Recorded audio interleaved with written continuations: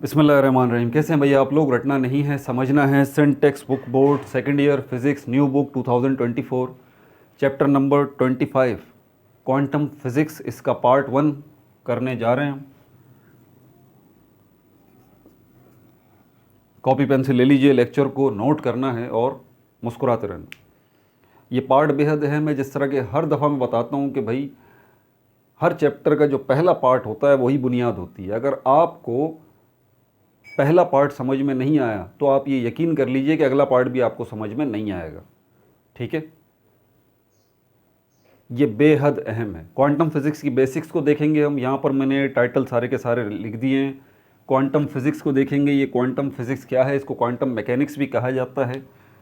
Wave particle duality, uncertainty principle, superposition, quantum entanglement और quantum tunnelling, ये वो सारे मसले हैं जिनको हमारी पुरानी फ़िज़िक्स जो है वो हैंडल नहीं कर पा रही थी।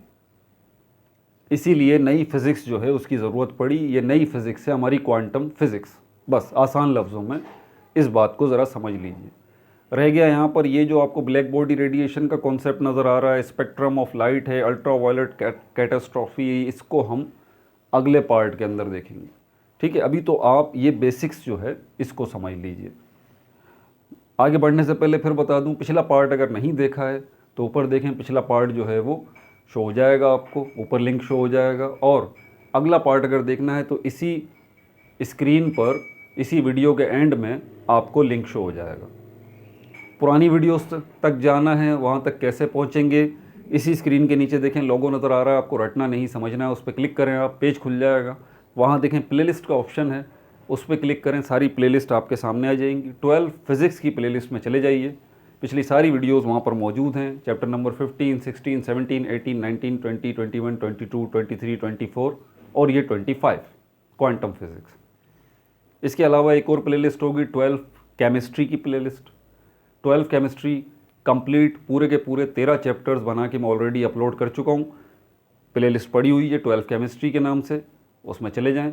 प्लस वहाँ पर आपको एक वीडियो और भी मिलेगी प्रैक्टिस टेस्ट के नाम से या ग्रैंड टेस्ट के नाम से।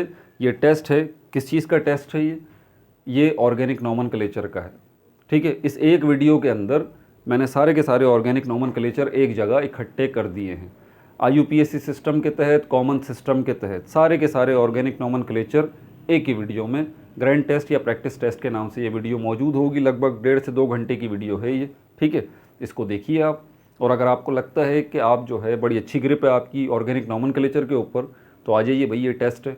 इसी वीडियो में मैंने सोल्यूशंस भी दिए हैं, तो अपने आप को चेक कर लीजिए। सोल्यूशंस जो आखिर में बताए हैं उससे टैली कर लीजिए, आपको पता लग जाएगा आप कितने पानी में।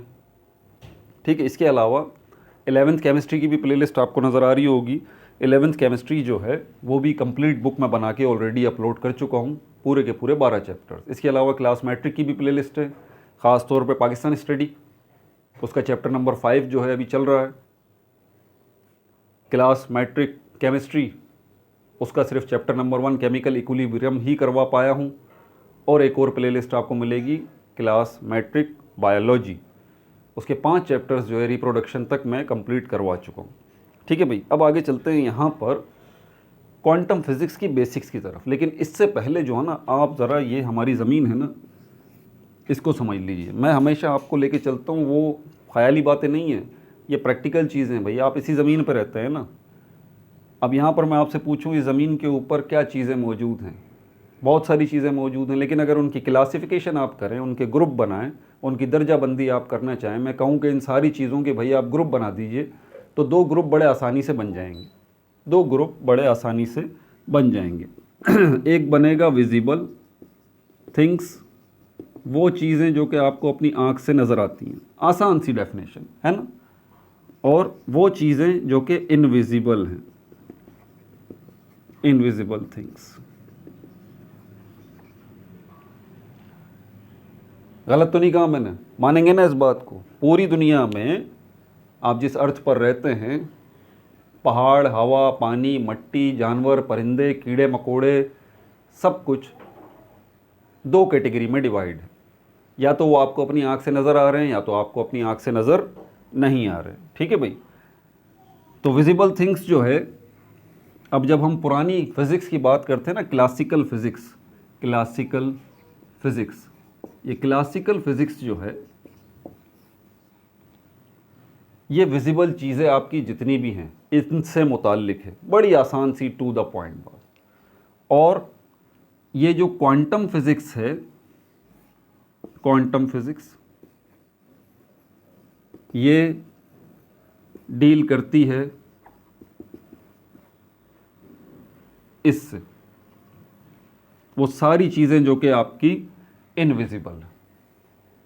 टू द पॉइंट और आसान सी डेफिनेशन, बिल्कुल क्रिस्टल क्लियर कॉन्सेप्ट आपको समझ में आ जाएगा, कोई टेंशन ही नहीं है। आपसे कोई पूछता है भाई क्लासिकल फिज़िक्स क्या है, क्लासिकल फिज़िक्स को जो है वो मैकेनिक्स भी कहा जाता है, क्लासिकल फिज़िक्स को न्यूटनियन फिज़िक्स भी कहा जाता है, क्लासिकल फिज़िक्स को ओल्ड फिज़िक्स भी कहा जाता है। आपसे पूछे भाई क्या है, तो आप बता दें भाई वो सारी विजिबल चीज़ें जो हमारी दुनिया में मौजूद हैं, हमारी अर्थ पर मौजूद हैं, हमारी अर्थ से बाहर निकले तो उसके अलावा हमारी अर्थ के बाहर सूरज, चांद, सितारे, सैयारे, नेबुलास, गैलेक्सीज़, ये सब चीज़ें आपको अपनी आँख से नज़र आती हैं, ये विजिबल हैं, आप अपनी आँख से देख सकते हैं। तो क्लासिकल फ़िज़िक्स इन चीज़ों से मुताल्लिक है, पुरानी फ़िज़िक्स इन चीज़ों से मुताल्लिक है। अब ये क्वांटम फ़िज़िक्स किससे मुताल्लिक है, आपसे कोई पूछे तो आप बोले भाई हमारी जो इनविजिबल चीज़ें हैं उनसे मुताल्लिक है। अब यहाँ पर जब इनविजिबल चीज़ें हैं ना, तो यहाँ पर वो आपसे बोलेगा अच्छा इनविजिबल का मतलब है जो हमें अपनी आँख से नज़र नहीं आती। वो अब आपसे क्रॉस क्वेश्चन यहाँ पूछेगा, अगर क्वांटम फिज़िक्स इनविजिबल चीज़ों से मुताल्लिक है तो बैक्टीरिया के बारे में भी क्या ख्याल है आपका? बैक्टीरिया जो है वो भी तो इनविजिबल है, तो क्या इसको भी क्वांटम फिज़िक्स में हैंडल करते हैं? आप बोले नहीं भाई, अभी मैं बात पूरी कर रहा हूँ, आगे चलते हैं। इनविजिबल चीज़ें से यहाँ पर मतलब ये है पार्टिकल्स, इनविजिबल चीज़ों से यहाँ मतलब है पार्टिकल्स। ये एक वर्ड पार्टिकल जो है ये आपको सब कुछ बताता है। जैसे कि हमारी दुनिया में सब इंसान हैं ना, दो पैरों पे चलने वाले जो जानवर हैं, बायोलॉजी जिनको कहती है, ठीक है, आप है, मैं हूँ, बायोलॉजी हमें यही बताती है, दो पैरों पे चलने वाले जानवर।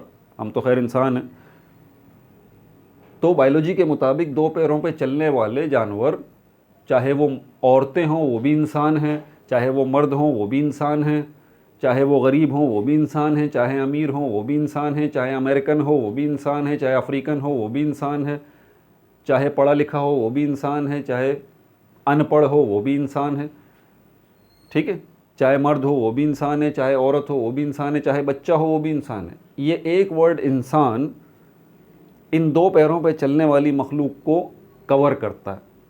समझ में आ रही है बात आपको? बिल्कुल इसी तरह ये जो पार्टिकल वर्ड है, जब भी पार्टिकल बोला जाए तो पार्टिकल का मतलब इलेक्ट्रॉन को भी पार्टिकल कहा जाता है, प्रोटॉन को भी पार्टिकल कहा जाता है, न्यूट्रॉन को भी पार्टिकल कहा जाता है, क्वार्क्स को भी पार्टिकल कहा जाता है, आयन को भी पार्टिकल कहा जाता है, मॉलिक्यूल को भी पार्टिकल कहा जाता है, एटम को भी पार्टिकल कहा जाता है। समझ में आ रही है बात आपको?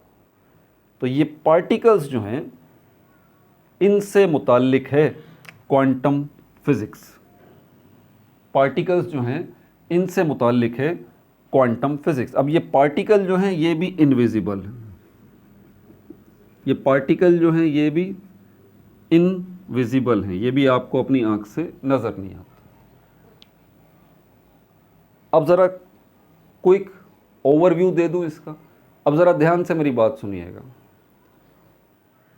आप अगर इस मार्कर के बारे में बात कर रहे हैं ना, आपको नज़र आ रहा है ये, तो आप क्लासिकल फिज़िक्स के बारे में बात कर रहे हैं। अगर आप चले जाते हैं ये मार्कर बना किससे है, आप बोलेंगे सर ये एटम से मिलके बना है, यानी कि पार्टिकल्स की अगर हम बात करें, पार्टिकल ना, ये मार्कर पार्टिकल से मिलके बना है, ये मार्कर जो है मॉलिक्यूल से मिलके बना है, एटम से मिलके बना है, इलेक्ट्रॉन, प्रोटॉन, न्यूट्रॉन से मिलके बना है। तो अगर आप इस मार्कर के पार्टिकल्स के बारे में बात करते हैं तो आप क्वांटम फिज़िक्स के बारे में बात करते हैं। तो आप इस बात का जवाब दे सकते हैं कि भाई इनविजिबल चीज़ों से मतलब मेरा बैक्टीरिया नहीं है, बल्कि इनविजिबल चीज़ों से मतलब मेरा ये है कि पार्टिकल्स।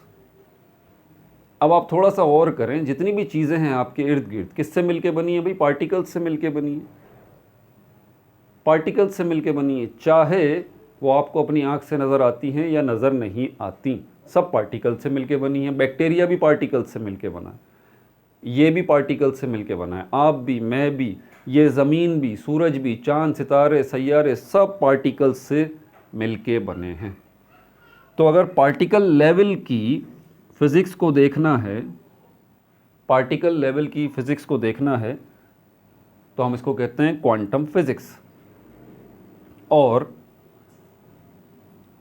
चीज़ों की लेवल की फ़िज़िक्स को देखना है, चीज़ों से मुताल्लिक फ़िज़िक्स को देखना है, तो हम उसको कहते हैं क्लासिकल फ़िज़िक्स, या उसको मैकेनिक्स भी कहते हैं, या फिर उसको न्यूटनियन फ़िज़िक्स भी कहते हैं।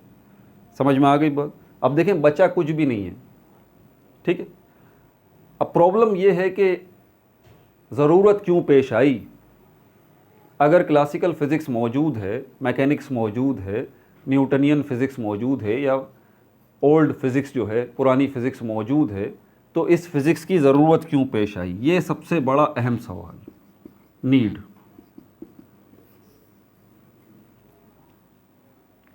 देखें ना, हर चीज़ के पीछे वजह होती है ना। ये अगर ये मेरे पास मार्कर है, इससे मेरा मसला हल हो रहा है, तो फिर मुझे दूसरा मार्कर लाने की क्या ज़रूरत है?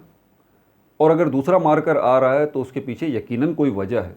एग्जैक्टली हमारी क्लासिकल फ़िज़िक्स जो है, हमारी न्यूटनियन फ़िज़िक्स जो है, हमारी मैकेनिक्स जो है, बहुत सारे ऐसे मसले थे जिनको हैंडल नहीं कर पा रही थी। और वो सारे के सारे मसले कहाँ पर थे?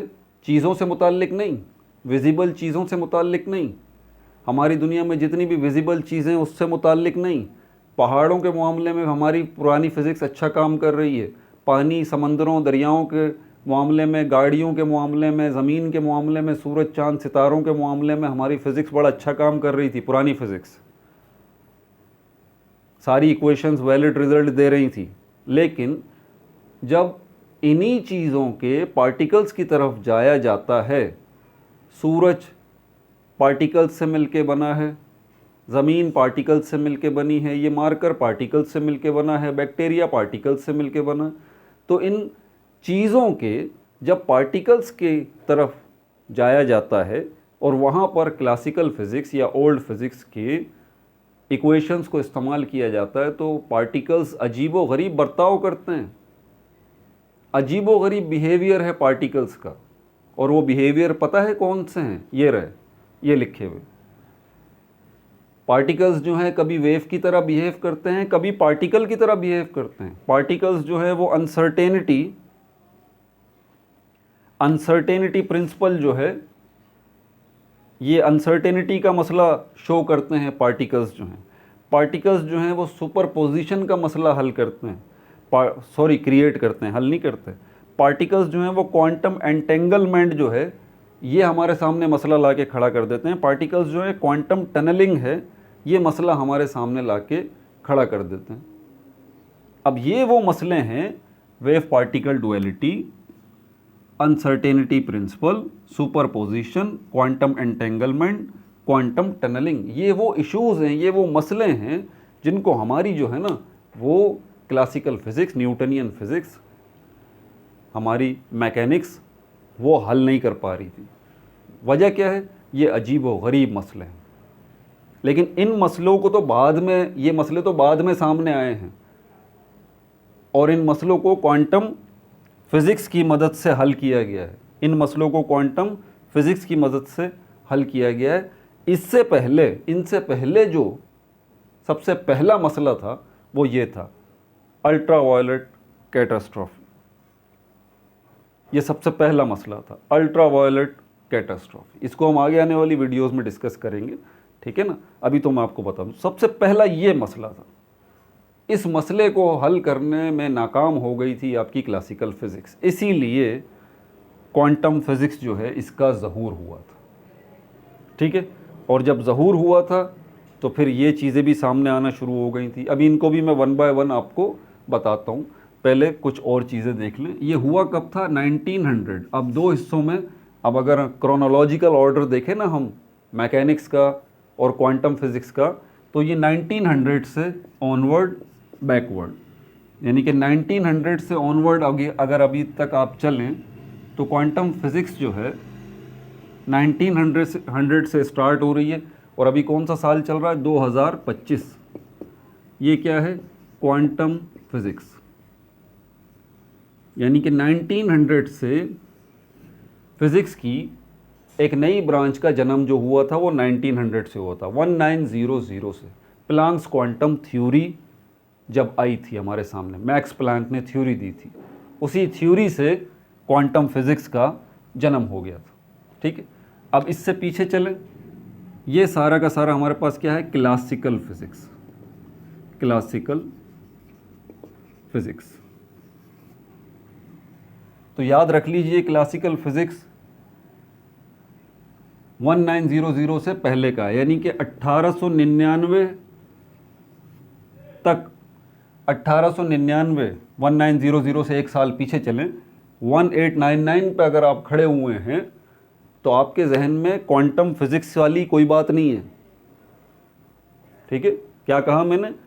1899 इस साल पे अगर आप खड़े हैं तो आपके जहन में क्वांटम फिज़िक्स वाली कोई बात नहीं है। आपके जहन में मैकेनिक्स है, आपके जहन में न्यूटनियन फिज़िक्स है, आपके जहन में क्लासिकल फिज़िक्स है।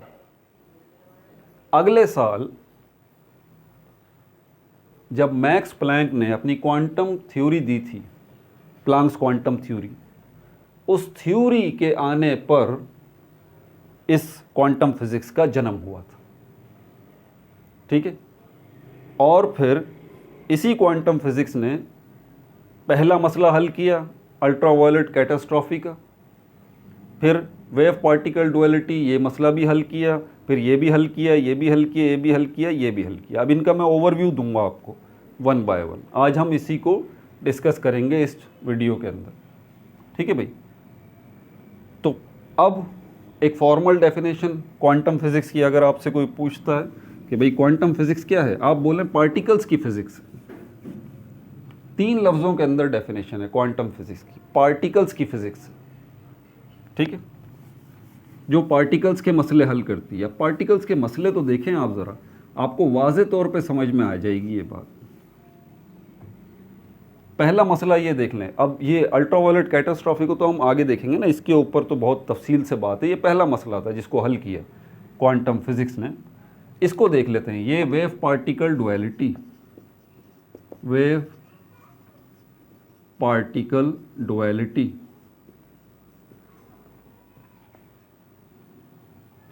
डुअलिटी वर्ड निकला है डुअल से। डुअल का मतलब आप समझ लें दोहरा, डबल। दो खुसूसियात जिसके अंदर हों, यानी कि वेव पार्टिकल डुअलिटी आपको ये बताती है।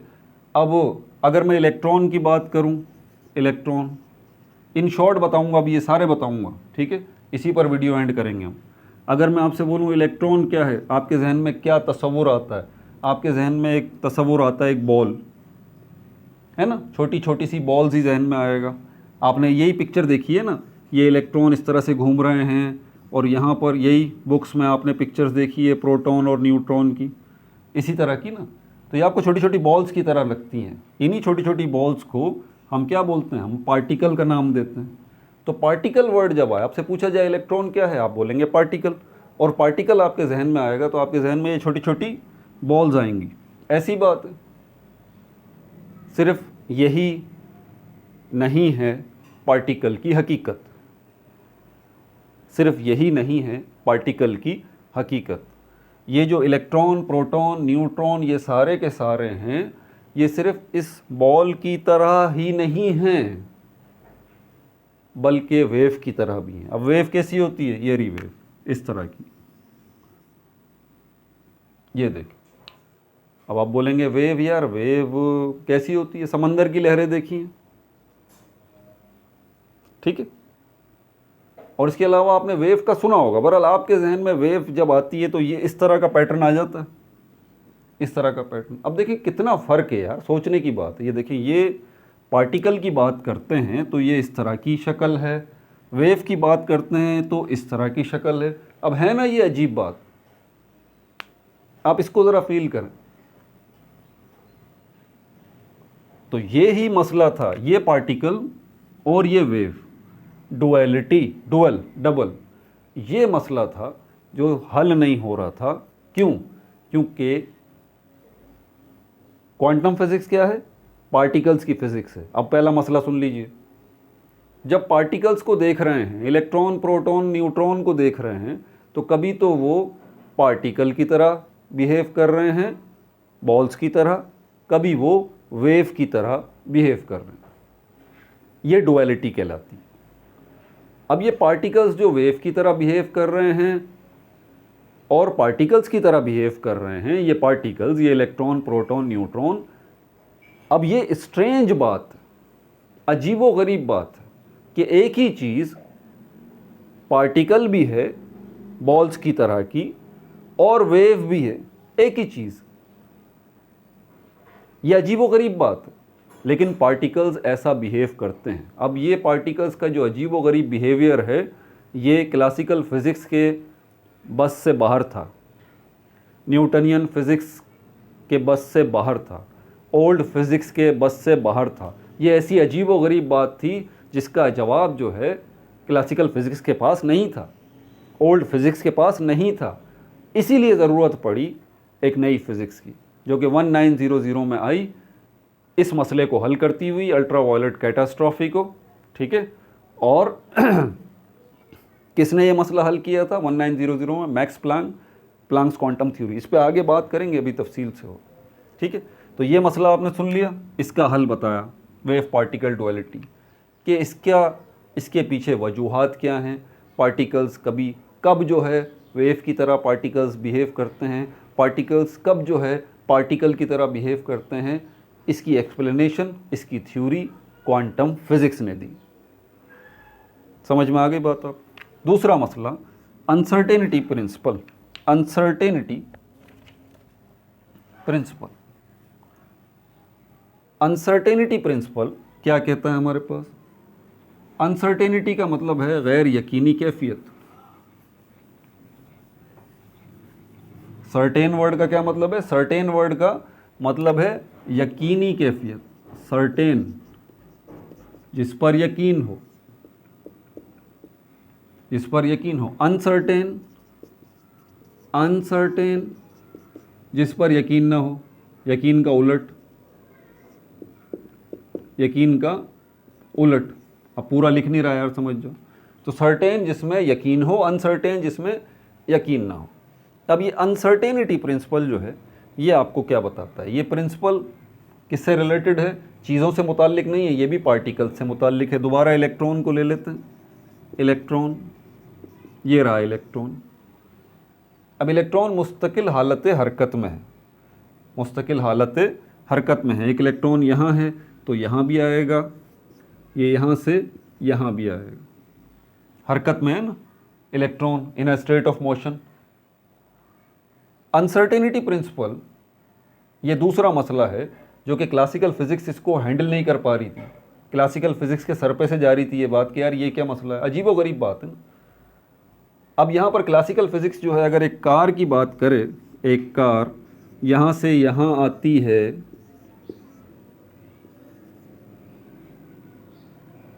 पोजीशन, पोजीशन, क्लासिकल फिज़िक्स इस कार की पोजीशन एग्जैक्ट बता दे कि ये कार इस वक्त कहाँ है। और क्लासिकल फिज़िक्स जो है इस कार की स्पीड भी बता देगी कि इस कार की स्पीड क्या है। अब ये कार यहाँ से यहाँ आ जाएगी, तो यहाँ पर आने के बाद भी क्लासिकल फिज़िक्स यहाँ पर आने के बाद भी इस कार की पोजीशन बता देगी और इसकी स्पीड भी बता देगी। ठीक है, क्लासिकल फिज़िक्स बड़ा अच्छा काम कर रही है। अब इलेक्ट्रॉन को ले लेते हैं। इलेक्ट्रॉन यहाँ से जब यहाँ आ रहा है, यहाँ से यहाँ आ रहा है, इलेक्ट्रॉन मुस्तकिल हरकत में है, तो जब आप इसकी पोजीशन फाइंड आउट करते हैं तो आपको पोजीशन इसकी पता चल जाती है। लेकिन उसी वक्त अगर आपसे पूछा जाए कि इसकी स्पीड क्या है, तो स्पीड आप नहीं बता सकते, आप स्पीड नहीं बता सकते। आप पोजीशन बता सकते हैं इसकी, इस इलेक्ट्रॉन की पोजीशन क्या है, लेकिन उसी वक्त जब पूछा जाए कि इसकी स्पीड क्या है, आप स्पीड नहीं बता सकते। क्यों भाई? वजह क्या है इसकी? इसकी वजह क्लासिकल फिज़िक्स को नहीं पता। इसकी वजह न्यूटनियन फिज़िक्स को नहीं पता। इसकी वजह किसको पता है? इसकी वजह क्वांटम फिज़िक्स को पता है। क्वांटम फिज़िक्स ने इस मसले का हल किया, क्योंकि ये अनसर्टेनिटी प्रिंसिपल ये आपको बात बताता है, किसी पार्टिकल की अगर आप पोजीशन जानना चाहते हैं तो आप उसकी स्पीड को खो देंगे, और अगर आप किसी पार्टिकल की स्पीड को जानना चाहते हैं तो आप उसकी पोजीशन को खो देंगे, क्योंकि पार्टिकल ऐसा ही बिहेव करते हैं। ये अजीबोगरीब बात है एटम से मुताल्लिक, मॉलिक्यूल से मुताल्लिक, इलेक्ट्रॉन, प्रोटॉन, क्वार्क्स से मुताल्लिक, कि अगर आप उनकी पोजीशन फाइंड आउट करना चाहेंगे तो उनकी स्पीड को खो देंगे, और अगर आप स्पीड फाइंड आउट करना चाहेंगे तो उनकी पोजीशन को खो देंगे। दोनों चीज़ों को एट द सेम टाइम आप फाइंड आउट नहीं कर सकते। अब इसके पीछे वजूहात क्या है, क्यों पार्टिकल जो है ऐसा अजीबोगरीब बिहेव कर रहे हैं? इसका जवाब क्लासिकल फिज़िक्स के पास नहीं था, इसका जवाब किसके पास था? क्वांटम फिज़िक्स के पास। ठीक है भाई, तीसरी तरफ आ जाते हैं, सुपरपोजिशन। सुपरपोजिशन, सुपरपोजिशन ये भी तीसरा एक मसला है। सुपरपोजिशन, अब क्लासिकल फिज़िक्स को देख लेते हैं।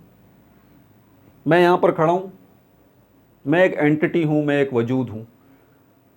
मैं यहाँ पर खड़ा हूँ तो मैं यहीं पर खड़ा हूँ। ऐसा नहीं होगा कि आसिफ साहब यहाँ पर खड़े हैं तो आसिफ साहब किसी और दुनिया में भी मौजूद हैं, आसिफ साहब किसी और गैलेक्सी पे भी मौजूद हैं, आसिफ साहब किसी दूसरे प्लैनेट पे भी मौजूद हैं, या आसिफ साहब इस अर्थ में ही किसी अर्थ के दूसरे एरिया में मौजूद हैं। नहीं, ऐसी बात नहीं है। मैं यहाँ पर मौजूद हूँ तो मैं यहीं पर मौजूद हूँ। ठीक है, और मेरी मौजूदगी को क्लासिकल फ़िज़िक्स बड़े आसानी से बता देगी, न्यूटनियन फ़िज़िक्स बड़ी आसानी से बता देगी। ठीक है, अब पार्टिकल की तरफ चलते हैं। एक पार्टिकल, ये इलेक्ट्रॉन है, अगर ये यहाँ पर मौजूद है, ये इलेक्ट्रॉन, यही इलेक्ट्रॉन, ये इलेक्ट्रॉन कहीं और भी मौजूद है ना? अजीबोगरीब बात। यानी कि सोच के हमें अजीब सी हैरत होती है, यार ये कोई जादू है? नहीं, जादू नहीं है भाई, ये हकीकत बता रहे हैं। यही तो प्रॉब्लम है, पार्टिकल्स यही तो अजीबोगरीब बिहेव करते हैं, तभी तो क्वांटम फिज़िक्स जो है उसका जन्म हुआ है। क्लासिकल फ़िज़िक्स बता ही नहीं पा रही थी उनको कि यार ये ऐसा क्यों हो रहा है। इस क्यों का जवाब क्वांटम फिज़िक्स के पास है। अब एक पार्टिकल, ये इलेक्ट्रॉन, यही इलेक्ट्रॉन यहाँ पर मौजूद है, तो यही इलेक्ट्रॉन किसी दूसरी जगह पर भी मौजूद हो सकता है। इसको कहते हैं सुपर पोजिशन। एक इलेक्ट्रॉन अर्थ पर मौजूद है तो वही इलेक्ट्रॉन किसी दूसरे प्लैनेट पर भी हो सकता है, वही इलेक्ट्रॉन अर्थ की किसी दूसरी जगह पर भी हो सकता है। ये सुपर पोजिशन है। पार्टिकल्स ऐसा ही बिहेव करते हैं। Electron, proton, neutron, atoms, ions, molecules, ये जो पार्टिकल्स हैं ये ऐसा ही अजीबोगरीब बिहेव करते हैं। ये सुपर पोजिशन कहलाता है। अब क्लासिकल फ़िज़िक्स के पास कोई जवाब नहीं है इसका कि भाई ऐसा क्यों हो रहा है, क्यों कर रहे हैं पार्टिकल्स ऐसा। हाँ, क्वांटम फिज़िक्स जो है उसके पास इसका जवाब है, उसके पास एक्सप्लेनेशन है इसकी सुपर पोजिशन की, कि एक ही पार्टिकल एक जगह पर मौजूद है और एक ही ये पार्टिकल किसी और जगह पर भी मौजूद है एट द सेम टाइम। ठीक है भाई। उसके बाद क्वांटम एंटेंगलमेंट, ये भी एक ऐसा मसला है जिसका जवाब जो है वो क्लासिकल फ़िज़िक्स के पास नहीं है, मैकेनिक्स के पास नहीं है, न्यूटनियन फ़िज़िक्स के पास नहीं है। पार्टिकल्स कनेक्टेड, पार्टिकल्स कनेक्टेड,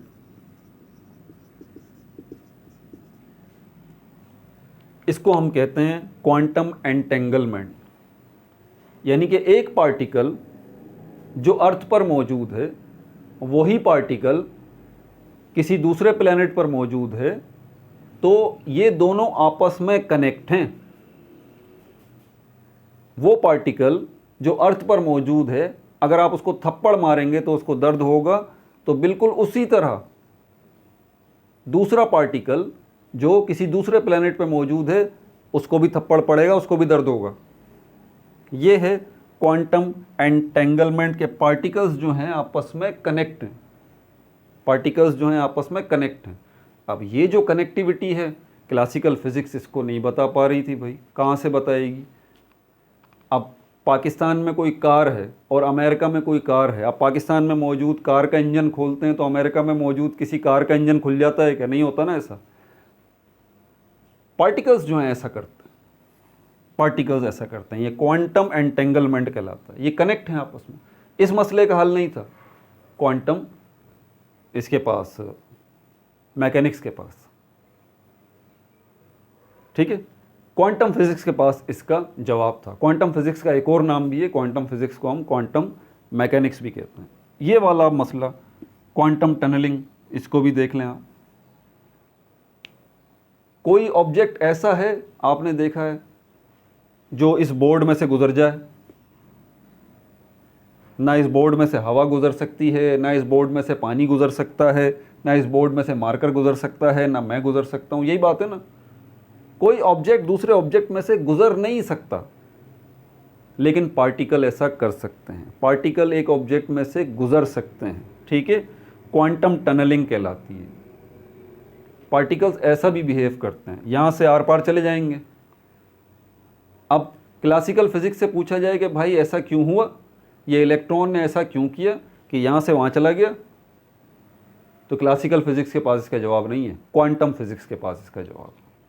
समझ में आ गई बात? ये क्वांटम फिजिक्स का इंट्रोडक्शन था। ये वो सारे अगली वीडियो के अंदर हम अल्ट्रा वायलेट कैटास्ट्रॉफी, बल्कि उससे भी पहले ब्लैक बॉडी रेडिएशन जो है इसको समझेंगे, क्योंकि इसको समझेंगे ब्लैक बॉडी रेडिएशन को, तब जाके अल्ट्रा वायलेट कैटास्ट्रॉफी हमें ये मसला समझ में आएगा जिसकी वजह से क्वांटम फिज़िक्स का जो है वो क्या हुआ है, जन्म हुआ है। ठीक है भाई, अपना बहुत ज़्यादा ख्याल रखिएगा। No like no subscribe, only share.